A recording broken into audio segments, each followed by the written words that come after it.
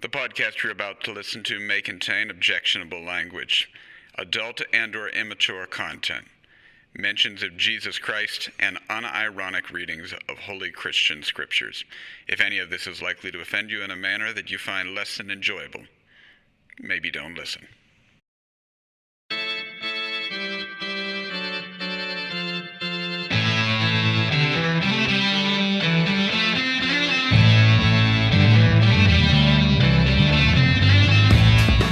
Hi, I'm Pastor Bob Schaefer.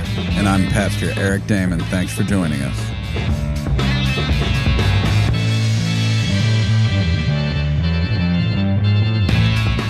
Welcome to CPTB, which doesn't stand for Celebrity Plumbers Talk Bidets.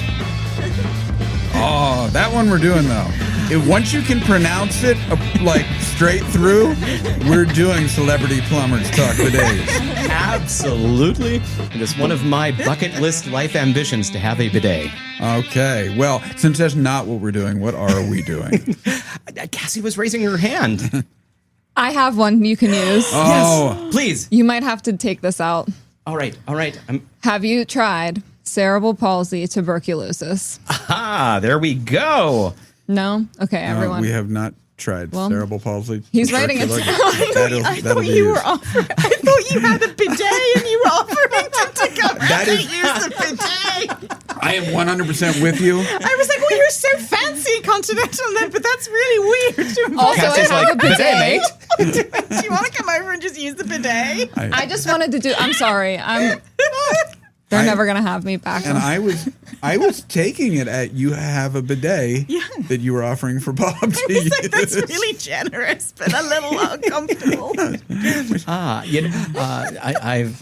But we are not doing a bidet-related podcast.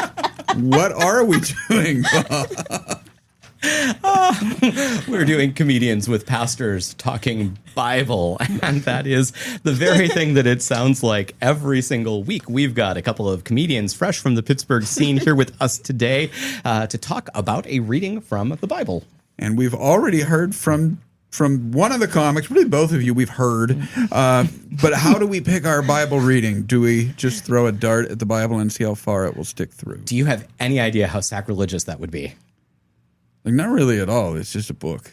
Oh, all right. Well, I'm going to let you have the Bible dart game fundraiser at your next church picnic, and you tell me how that goes. I think if you do it as a fundraiser, it like goes into appropriate ways to dispose of a Bible.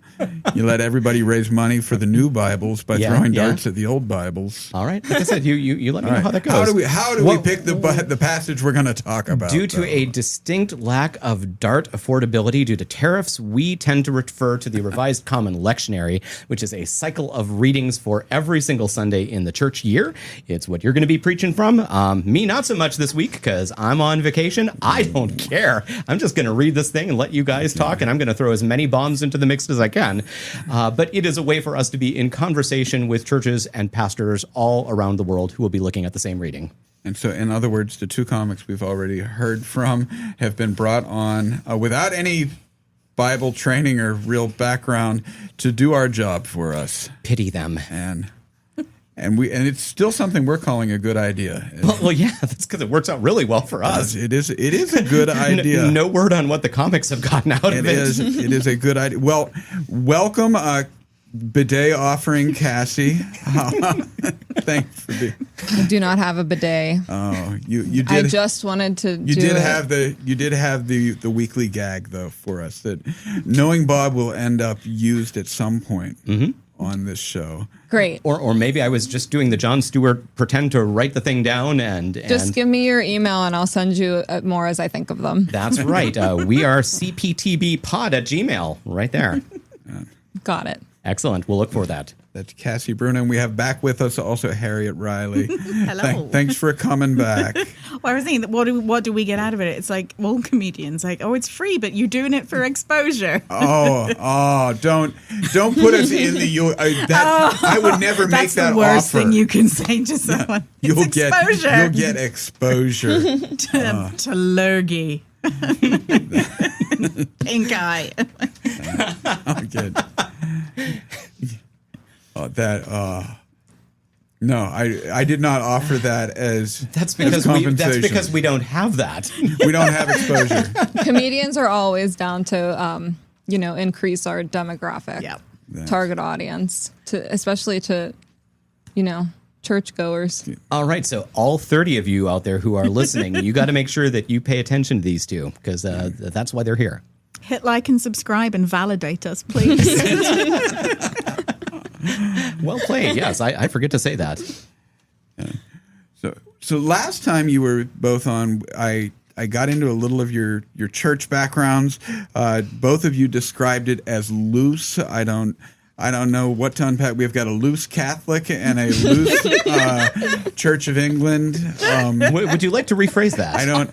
I'm just quoting them. We both said it. It's not a lie. It was a very intentionally phrased thing on your part, I think. And it was. But Eric, that was sus.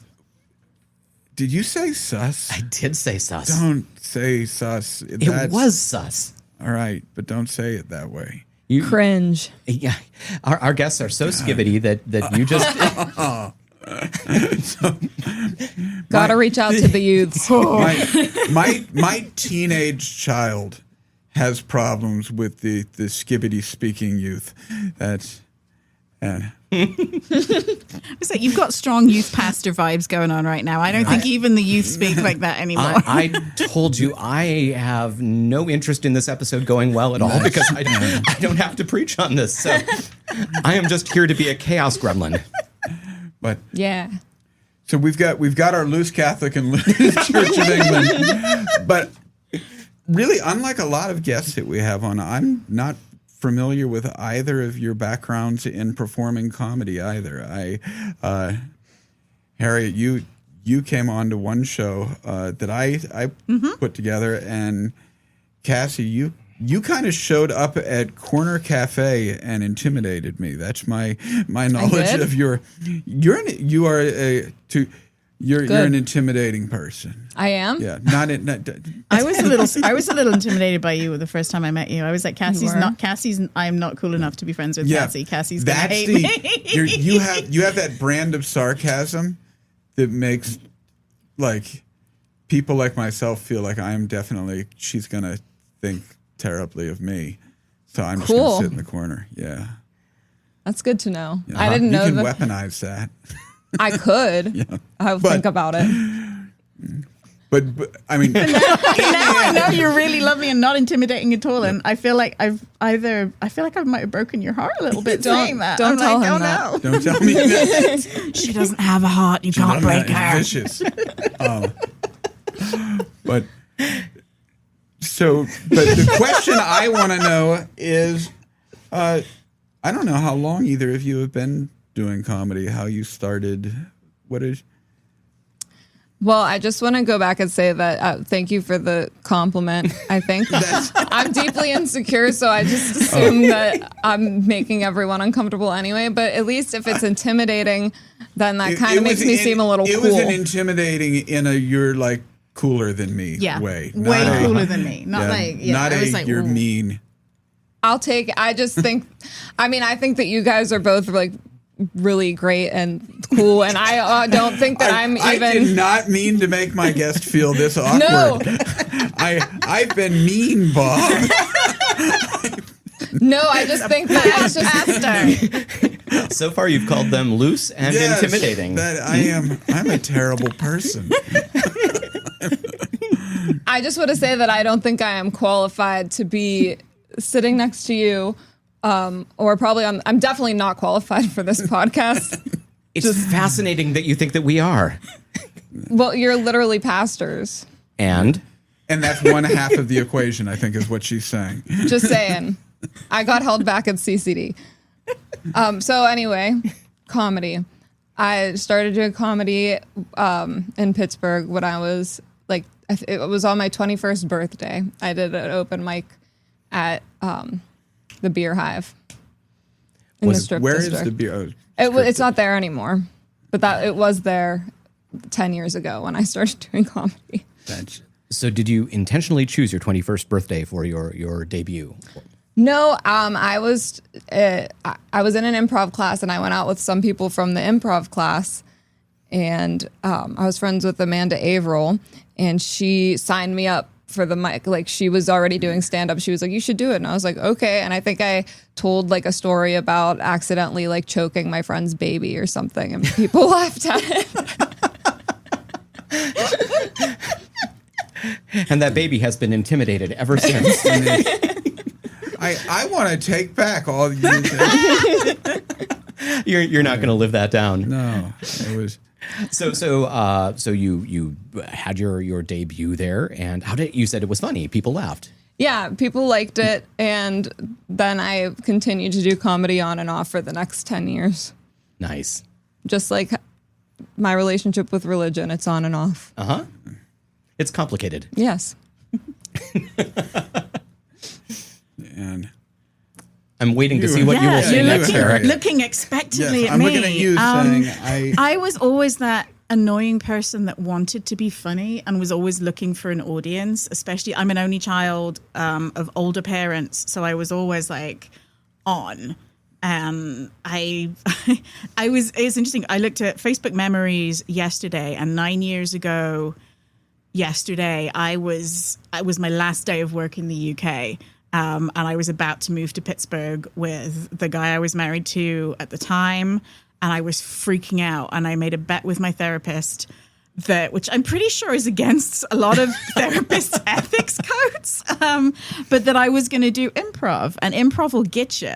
And I started doing improv, and that's more of a team sport. And my ego got the better of me, and I went and did a stand-up class. And I was like, oh, the only child in me was like, yes, I don't have to play with other people. get rid of those people. Yeah, just be me. This would be so much better if they weren't here. Yeah, but so much worse for my mental health. This isn't fixing anything. It's making the problems worse. But yeah, I did a stand-up class. I wrote some material, and yeah, I got the bug. I've been doing it for about 7 years. I mean, pandemic kind of weirds it. But yeah, 7 years of telling people I'm funny and then trying to back that up with some jokes. So yeah, all because I made a bet with a therapist. Did you collect on your winnings from the bet with the therapist? I never no, but I was having a bit of a crisis, and I asked her if she was still taking patients, and could we do and she was like, no. I think it was she abandoned you. She did. Wow. That's talk about issues. That lack of accountability there is just really appalling. So yeah, that's my story to stand-up comedy. Mm-hmm. So both of you with some improv and classes that you took, and then you find yourselves on the stages flying solo. Flying solo. Yeah. Sometimes I miss improv because it's one of the few times where I found myself actually able to be mindful, because you're not supposed to pre-plan the scene. You're supposed to just go in with no expectations and take what's the gift that is offered. Sometimes it's really not a gift. Sometimes it's someone just trying to fuck you over, and you're like, well, amazing, I have to deal with this now. I have to yes and, because you're not supposed to say no. You can redirect, but you're not supposed to deny someone's reality, which is interesting. So I think improv is more like, I don't have to. Yeah, it was when it was going well, I was really truly mindful and in the moment. But stand-up comedy scratches my ego a lot more. I have never done improv. I have done pastoral care for dementia patients. Same. Which is it's a really almost identical. You use a lot of those skills when you're working with. I took care of my grandmother who had Alzheimer's, and I also I've worked a lot with young children, and you use a lot of those skills when you're working with those groups of people. Yeah, it's direct skill. My dad had Parkinson's and Lewy body's dementia, and my aunt had Alzheimer's, and it's in those moments it's a gift to just be able to go, okay, this is where we are. Yeah, this is the just be in the moment. I'm not going to deny you. I'm just going to accept and work with this. It's a really good skill. Honestly, I feel like just about everything you said about improv applies directly to a certain podcast that I know. Including these. Somebody is just kind of out to fuck you over. Is that crap, poop, I don't have one right now. Sorry.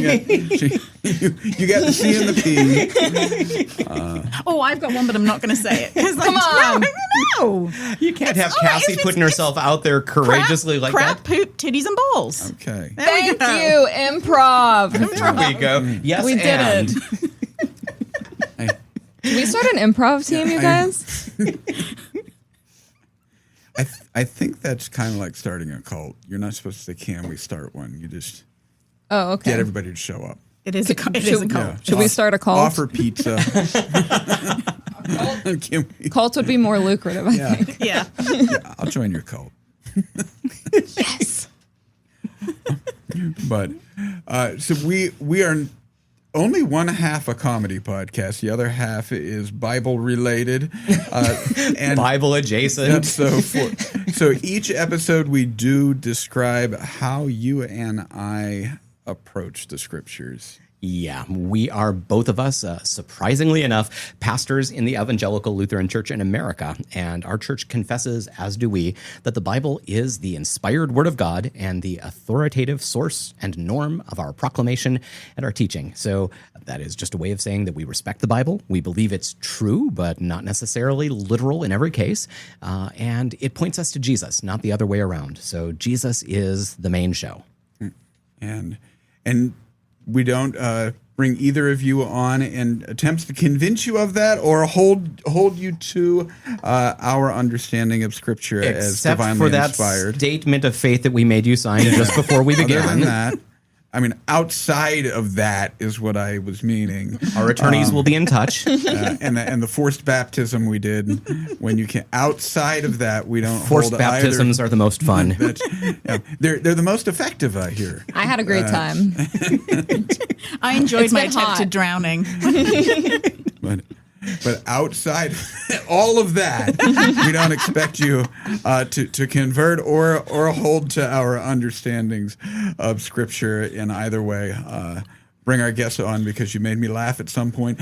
The intimidating, you definitely made me laugh somewhere in between that or now. Frightened laughing is sometimes the best laughing. But since I did allude to the phrase of loose Catholic and loose, unpack. I think I didn't dig into it in the last episode because I think I had an understanding of what you meant, but explain to me what that means because that's different than we were non-practicing Catholics or not. Like, what does it mean to be brought loose? up loosely in the Catholic Church? My grandparents were Italian immigrants. Religion is very important to them. Not so important to my parents, but I think they were trying to, create some kind of tradition. So the first couple years of my life were very church heavy. And then my parents, my parents like to party. So I think after 5-6 years of parenting, they were like, that's enough. And they started doing their own thing. And I was like, well, why the fuck am I still going to church? It's early. You know what I mean? I really hope that neither of my children say, my parents like to party. After like 5-6 years of parenting, they said, we're done. I'm just being honest.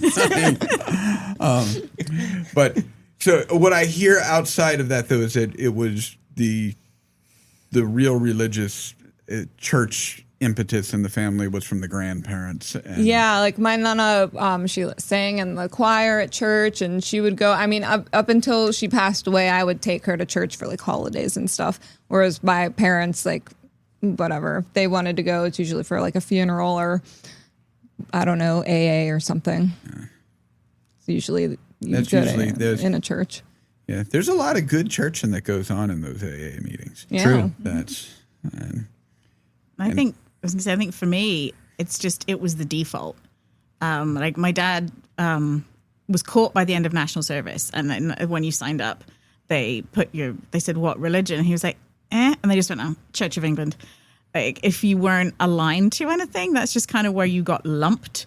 And we would go, like school would do they would do the big festivals, and our headmaster was a Methodist preacher, and occasionally he was great. He had a great like preaching voice, and so occasionally he would do stuff, and I was in Girl Guide, so we would go to church through that. And I was saying to Cassie, my dad was a frustrated actor, so I could be relied upon to read clearly and slowly because he would coach me. So I would often get lumbered. I mean, honored with readings because they could hear me at the back because my dad would drill me. So it was kind of, a framework and something that we did, but we didn't go regularly. But hearing you and it being slow enough are the two things that, if you got a kid that can do that in your church, you're getting called to read at least twice a month. And my dad would be very rude about other people's kids that couldn't do it as well. He called it the "Can I have my piece of cake now?" school of delivery, like just so rapid fire. Like you're really willing to please, but everything is coming out. Blah, blah, blah, blah, blah. Can I have my piece of cake now? I'm done. I didn't know that cake was a reward system for this. Central. I feel like I should have been getting a lot of cake at the end of my sermons. It's central to the Church of England. There's a brilliant bit by Eddie Susie Izzard. If you Google "cake or death," about the Church of England's reliance on cups of tea and pieces of cake. Are they accepting Lutheran pastors at this time? Come on over. The cake is fantastic, and the tea is just the right temperature. We just offer really bad coffee that's been sitting in the giant coffee maker since like 3 hours before church started. That's the good stuff. Harriet, you were telling us in between episodes about a very important Episcopal encounter that you had. I nearly forgot it again. No, please don't. Yeah, I had a real moment when I was about 6 or 7. My parents were architects. We would go and look at cathedrals, and we went to one cathedral, Hereford, I think. And the bishop there was kind of a celebrity at the time because he rode a motorbike. Yeah. And in the Church of England, that's like, whoa, he's crazy. He's like, he rides a motorbike to sermons. But it was also the point where women couldn't be ordained as vicars, and women did not preach in the Church of England. And I very confident I got into, because I was a precocious child, marched over to the man in the purple dress and got chatting. And he, as disinterested adults do, he asked me what I wanted to do. And I looked him dead in the eyes and said I wanted to be a bishop.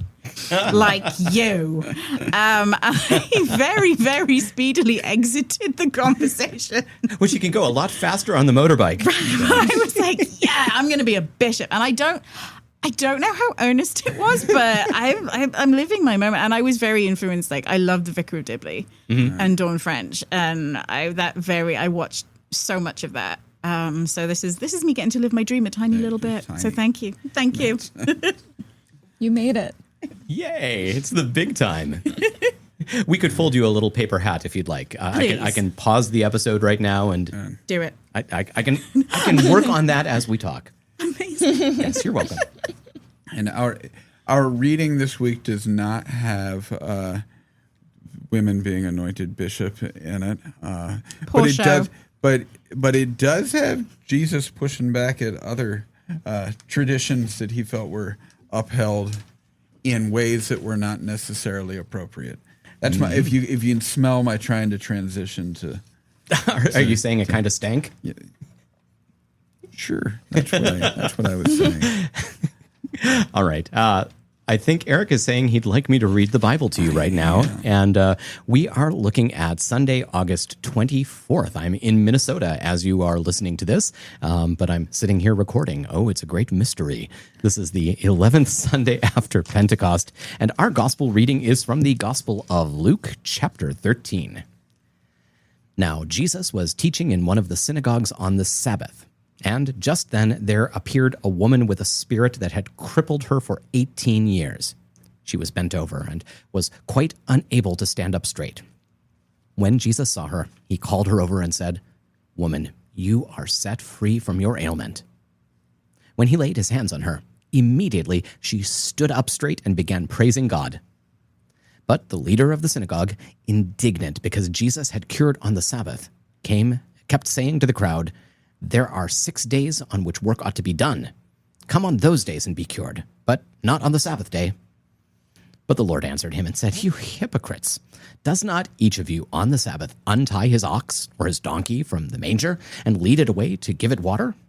And ought not this woman, a daughter of Abraham, whom Satan bound for 18 long years, be set free from this bondage on the Sabbath day?" When he said this, all his opponents were put to shame, and the entire crowd was rejoicing at all the wonderful things that he was doing. So before we started this episode, Cassie, you said you were excited about this reading. I think it's pretty clear Jesus was a great chiropractor. Great. Jesus was like really good at healthcare, period. Right. I mean, people came to him with all kinds of ailments. There was I no need him for my copay. posture. Satan's bounding me. I can just hear this lesson, the creak as she straightens up. Yeah. Do you imagine having these Long mics back time then? The content they could make? It's kind of like the Tin Woodman, as he's getting, Yeah. Do you think they, just like that, there was Jesus missed a part and he had to go back and get it? She's all like, right there. Yeah. Still hurts. Well, we've got the guy who was blind, and Jesus heals him. He's spitting in the mud and then smearing that on the guy's eyes. And he says, "Okay, what do you see now?" And he says, "I see people walking around, and they look kind of like trees." And Jesus is like, "Okay, we're going to work on that a little bit." Does a little bit more, and then he sees clearly. So I feel like the oil can moment is kind of a little bit of trial and error, kind of feeling his way out to get the healing right. I'm always, off of this reading, onto the tree people reading, a guy who's blind since birth. How does he know the difference between what people in trees look like?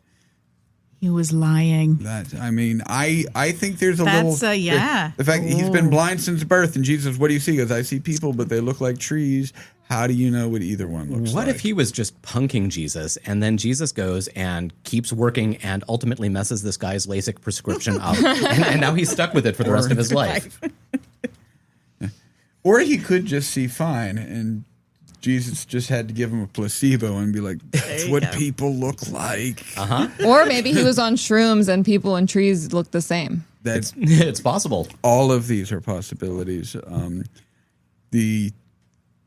The shrooms in the Middle East, I'm going to go with the lower.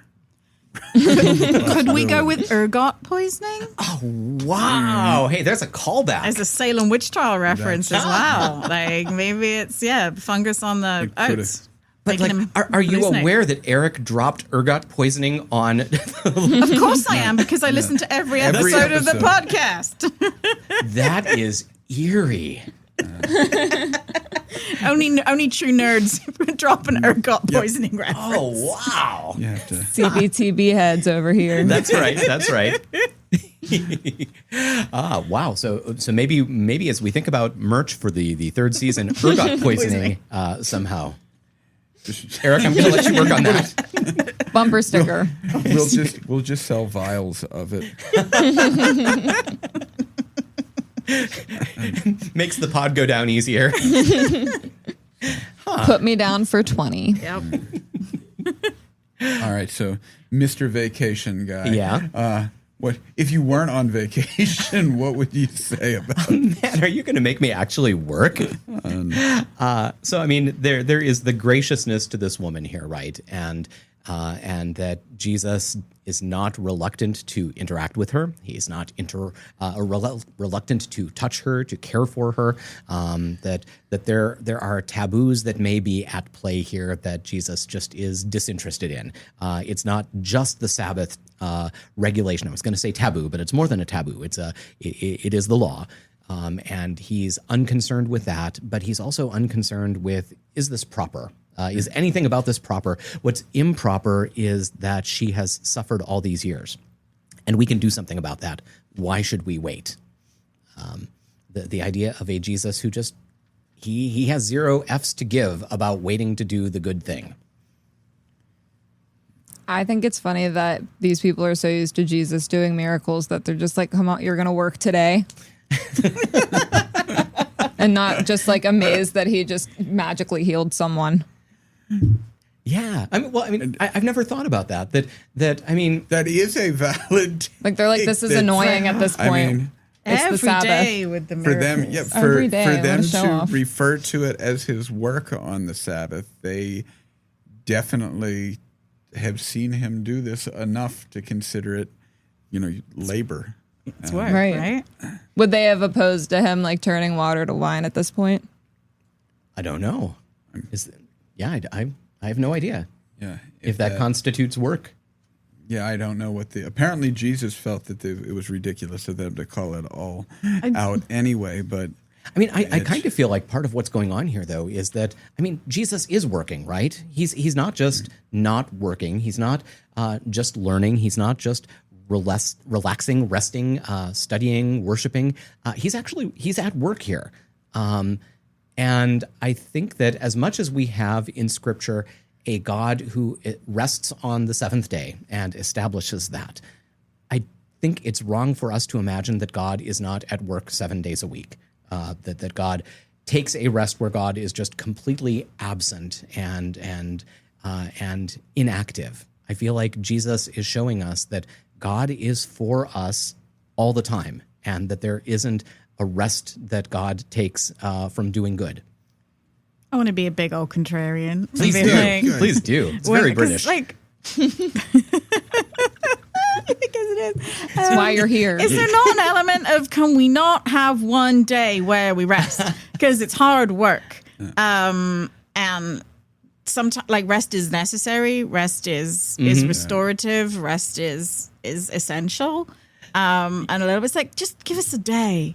We still have to. Yeah, I take my ox for a drink because it'll die if I don't. Yeah. But really, not even the Sabbath. Jesus, come on. And I would want to say that what I am talking about with Jesus is like a Jesus thing, not an us thing. Those bracelets that were the WWJD. What would Jesus do? I always felt like that was the wrong question, because Jesus would do an awful lot of things that he would not want us to do, like die on a cross.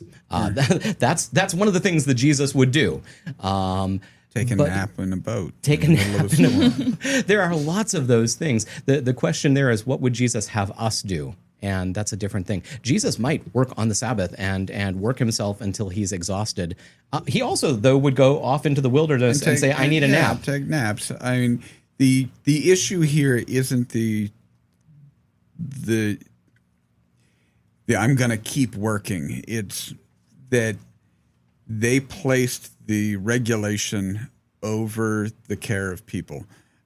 And this isn't the passage that says it, but in other places when he is accused of doing work on the Sabbath, he says the Sabbath was made for the Son of Man, not the Son of Man for the Sabbath. That once we start serving God's laws instead of God's laws showing us how to serve one another, we've got it backwards. But so there's definitely, Jesus needs rest too, and he takes it more than... Jesus has got to... People run around looking for him, and he just hides in the wilderness. Just like, I had enough of y'all. You would, wouldn't you? It's like... And then he shows up the next day just like, all right, I'm back. And so he is definitely not above taking a breather when he needs it. Yeah. But it's here, Jesus. He can set his own boundaries. He's very good at boundary setting. Yeah. Do you think he was? He could have just been like, "I'm literally Jesus." Mm-hmm. Like, you don't tell me about the Sabbath, I tell you. That is absolutely going on here. But I think we should also point out that if you were to go to your local synagogue and talk to the rabbi, they might very well agree with Rabbi Jesus here and say that the synagogue leader is overly scrupulous about this, that the rabbis have all considered whether it's all right to do good, to heal on the Sabbath. And if somebody is ill, if emergency medicine needs to be done, that is absolutely something that is permissible. Maybe Jesus might be, stretching the line a little bit here if this isn't an emergency thing, but caring for somebody, healing somebody on the Sabbath is absolutely something that Jewish people are saying this is essential. This is part of the work that we are called to do, and it's part of the giftedness that God has given this healer. And so, of course, it's permissible on the Sabbath. So we ought to be careful not to read this leader here as representative of the Jewish people. Yes, would be, and that is something that Christians can be prone to doing. I mean, I think you're saying we have a problem with anti-Semitism creeping into our reading of Scripture. Could be. We'd have to look at that shoe to see how well it fits. You're scandalous. I was going to say something that glosses. Moving on. All right. But something that cuts across faith and belief is that I feel like is touched on here is the difference between doing what is right and doing what is proper, or what is considered proper. Which is what is considered proper is I can't touch you, I can't work with you. It's the Sabbath, so I'm not going to do anything. Whereas actually taking the right action is to help someone in this circumstance, which is. And he says, why not today? Because it obviously wasn't an emergency. This lady couldn't stand up straight for 18 years. She could have waited one more day. But was there something special about actually doing it on that day when he wasn't supposed to be working? Maybe it is a sign of God's goodness that we celebrate on the Sabbath and the grace that he shows us that she is truly at rest after 18 years. I like that distinction, too, about the proper versus right, because I feel like a lot of times what we look for in Scripture is how to live proper lives, and that Jesus is largely unconcerned with propriety. He is very concerned with rightness, with doing what is just, with doing what is pleasing to God, and those things might be very opposite of the thing that is proper. And that's hard, right? Because that leads you into messiness that, at its messiest can look a lot like situational ethics, that the thing to do here might be exactly the opposite of the proper thing, and yet it might be the rightest thing you can do. That's hard. People don't like that. Well, and people are going to end up talking about you behind your back like they did about Jesus. Darn skippy they will. If you're not doing what the culture says is proper, it doesn't matter if you're being a decent person. People are going to start to have things to say about it. But also sometimes they celebrate you when you are doing the things that aren't proper. Oh my gosh, did I just put Jesus in the Trump bucket? I did. Look out for lightning here. But I mean, it's true that people do sometimes celebrate people. Well, I mean, this is true though with comedy too, right? I mean, a big part about being funny is breaking propriety in ways that catch people by surprise, and you get a laugh that way, and it can be a really good one. And people celebrate that. It can be a good thing. The crowd here rejoices at Jesus' improper answer.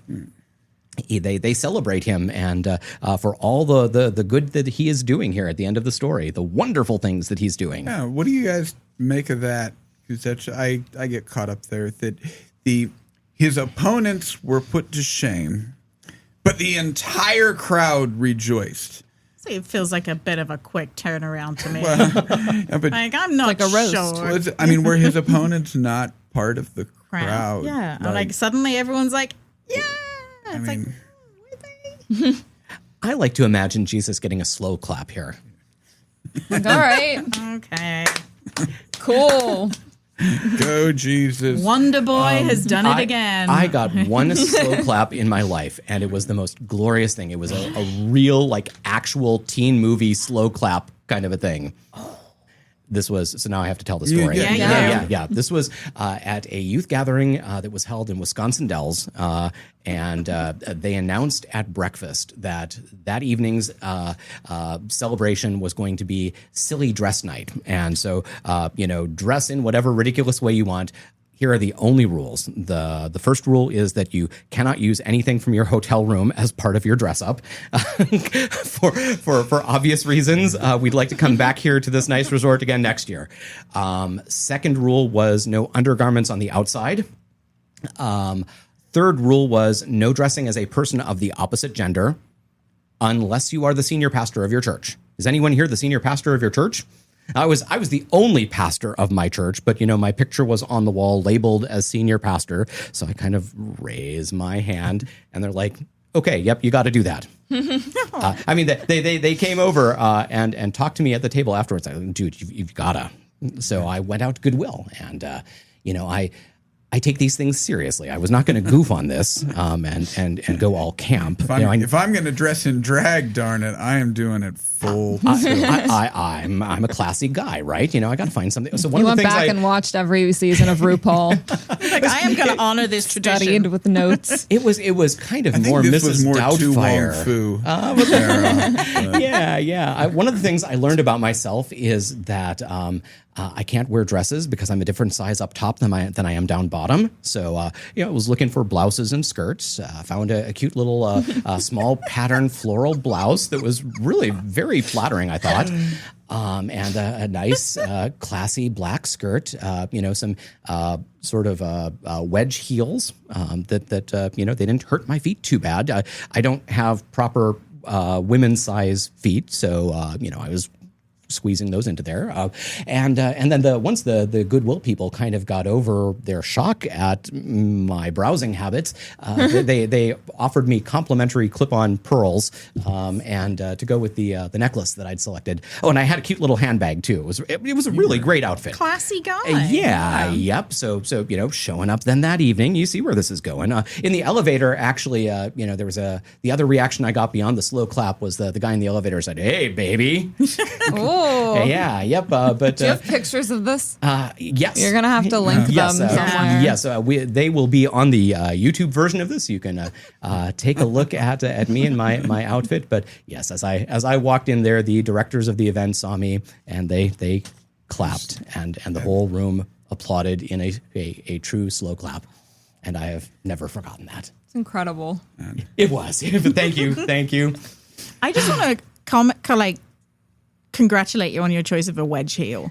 Because they're so much easier to walk in. I couldn't believe. Right? It just gives you that more balance, good work. And it elongates your leg as well. More than a heel, a wedge makes your legs look I was very concerned about, the line proportion of my and line. So Yes. I think you're a natural. Thank you. And I did dance in my heels and What did you dance to? I have no idea. And to be fair, I cannot dance. Hopefully. So at that point, the spectacle was more in me dancing than it was in the outfit I was dancing in. But yes. Dear listeners, aren't you glad that you tuned in for this pod episode? So I am now tasked with working Bob dressing up for that is a sermon illustration because you're on vacation, so I can't make you use it, and I have to use it. I was standing up straight and tall in my heels, and Jesus said to me, "Woman, you are set free from your wardrobe." He said, "I can tell you have no idea how to walk in heels. Take those off and go free. Shake the glitter off your sandals."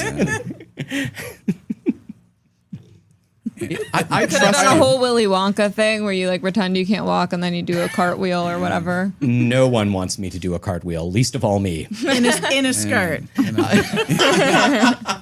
Well, if I girded up my loins first. That's a callback. You got to gird your loins. Before the cartwheel, definitely. It's very important. All right, Eric, what you going to do? I'm trying to think. Darn it! You have to.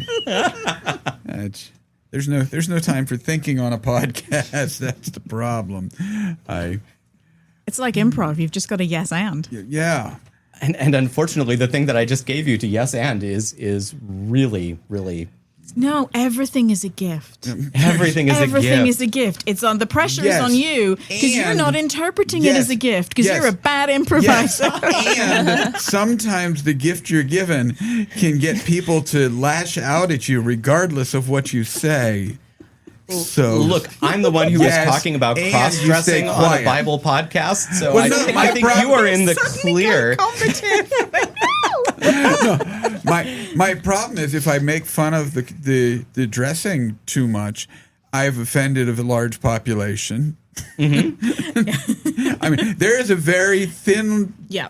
road that can be walked right now to find humor in Bob's funniness. Which is why I walked that road in heels with dignity and class respect. and not. And you did that better than I would. So I am, yes, and let's move on.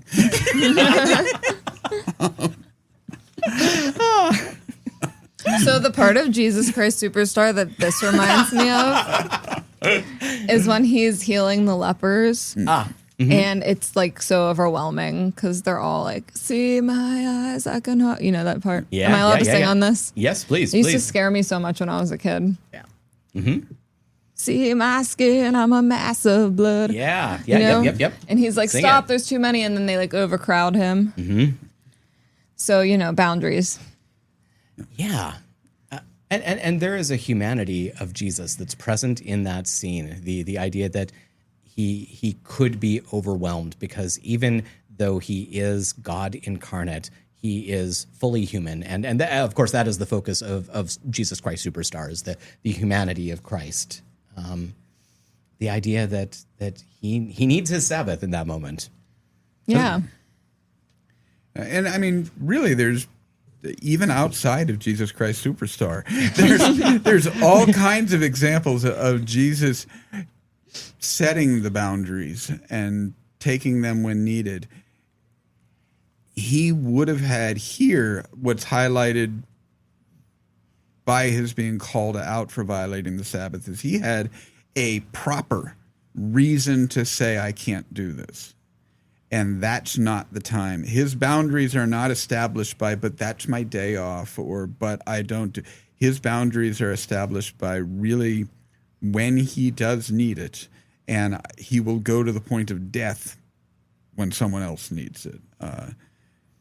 So we're back to the pendulum swinging, that if we consistently try and pick up our cross and follow Jesus to the point that we forget that Jesus loves us, we've missed part of the point. If we are unwilling to help others because, well, I have to look after myself. I mean, a lot of times the popularity of the phrase self-care, I find, gets used in the way this synagogue leader would have used it, that I'm using self-care as an excuse to not care for anybody else.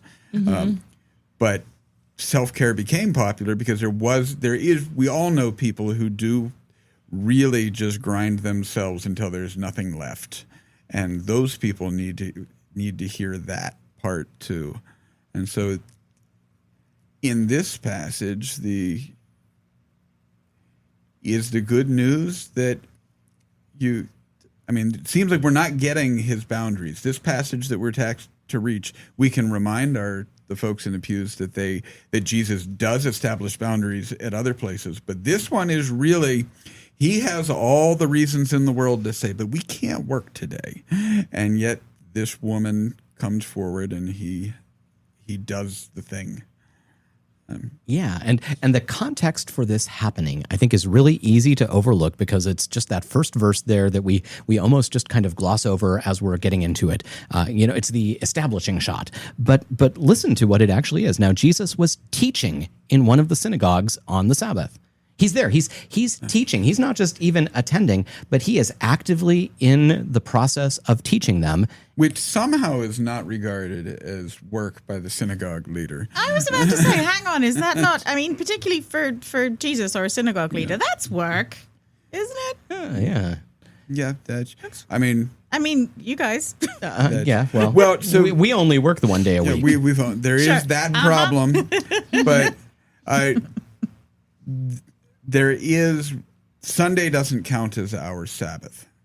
So when you take on this vocation, you pick another day to declare as your Sabbath, because we do work on Sunday. But aside from the question of work, I'm interested that in the relative value Jesus assigns to his work of teaching and his care for this woman in this moment, that he was perfectly willing to interrupt whatever it was he was saying and say, okay, caring for this woman matters more right now than the thing that was about to come out of my mouth. And there will be time for me to unpause and we'll continue with the lesson. But right now, she's right there, and I am here for her. And I think that is something that the church often gathers around to hear Jesus teaching, and we lose the fact that he is about the care and the healing and the loving of the neighbor, and that, at least in this, it seems like that is the thing that he actually is. He is more a healer than he is a teacher. That is a higher priority for him, at least in this moment. Well, and I mean, you've heard me speak enough about my Eucharistic piety that I think as much as I am a full convert to Lutheran theology, one of the things that I miss from my Roman Church upbringing is the fact that it wasn't all made cerebral. The sermon, the homily, was not the center of worship. What happened behind the table was, and I think there is a bit of us Lutherans are the teaching was the important part. Jesus, you should have kept doing that. Don't do the mystical miracle thing. We want to hear something that we can take, learn, and then know that we're better. I nearly had a primary school moment. I want to put my hand up and go, oh, sir, is it that actions speak louder than words? Yes. And Good job. Gold star. when we come out with our merch, could we do a CPTB cookbook? Because I really want to have your recipe for Eucharistic piety. Okay. That's... Yeah, it's how many hosts do you need for the crust? Piety.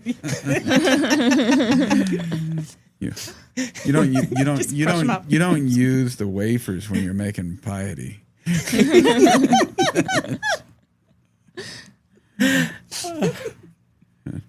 Well, I think we are approaching time. That's Eric's way of saying he has no further and. I think we've gotten somewhere with that too. None of you seem to share my I feel like we've let you down on this one. It's like, no, wow. I actually you guys don't. It's I bring up my Eucharistic piety. Not in pie form, but an actual piety, often with Bob. So anytime that our discussion finds a way that I can be pointing towards the Eucharist in sermon, I'm actually kind of excited. There is a period of time in the church year, the bread monologues, and you just, how many weeks is that? I always forget. It's 30 or 40. Yeah, it's not 30 or 40 weeks. It's like, but there's like a month or two of nothing but bread, and I am like the one pastor who doesn't get upset about. I'm like, woohoo! We get to talk about communion again. I always love talking about communion because I was always starving in church. That's like the one memory. I'm like, it's early. I'm so hungry. And you're raised Roman Catholic. You got that little thin wafer that like sticks to your roof of your mouth. I was desperate. I would be like, yes, amen, thank you, and I savored that. That was. What do you get? Something better? You get bread, manna. A lot of Lutheran churches use actual bread. I am at wafer using churches. I have leftover communion bread sitting in my office right now. The fresh baked loaf from Sunday. You are welcome to have some. We should do a taste test. We can go and we can look at that Jesus the Good Shepherd, and you can have some Eucharistic piety. This might test my theory though, because I haven't been christened, baptized, confirmed, anything like that, and I would always watch like other people going up and receiving communion, and I was like, what if I just went up? Like, no one would know. Would I get like? I was like, what are the consequences? Is there a smiting? Is it just an internal thing? Does it matter that much? yeah, well, and then why am I bothered by not joining in with this? I don't know. Like, the special people are going and having their apple juice and their cracker, and I'm sitting here like, We got wine. There is wine. Yeah. I want the people who do the signs at my church to put free wine on Sundays. On the sign. Nobody's bid on doing that yet. I would be right there. It's technically true. We don't have to tell them portion sizes. And portion sizes, I think that's going to be where we leave it today. So, guys, what do you guys have coming up at the end of August going into September, October? August 23rd, I'm doing a show. Come to Antonio's in Brookline, August 23rd, 7:30 p.m. And then on September 6th, Saturday, Arcade Comedy Theater, Level Up. Nice. God bless. And September 3rd, I have the Britsburg Comedy Show that is at Pitch on Butler and is going to be featuring me, who is the only and best English comedian in Pittsburgh. Unless somebody comes across the ocean in the next couple of weeks. There's no one else. I like the idea of that comic smackdown right there. And where can we find you guys on social? Follow me on Instagram at Cassi_Dici, DICCI. And I'm Harriet Riley Comedy on Instagram. And we are at CPTB Pod, at CPTB POD. That's a lot of consonants. And we are all out of time, so thanks to all of you out there who are still listening. If we offended you somehow, we're sorry. Again, we're not sorry at all. You need to take accountability in this situation. Why? Why do you do this to yourself? But you did it. You done it. You're here. So do us a favor. Subscribe to the podcast. Share it with everybody you think will enjoy it. Family, friends, pastors, anyone. Share it with random bots. We'll take the listeners. Absolutely, we will. We are indiscriminate. We will be back in a couple of weeks, next week with a short take. Until then, may the Holy Spirit do her thing in your life.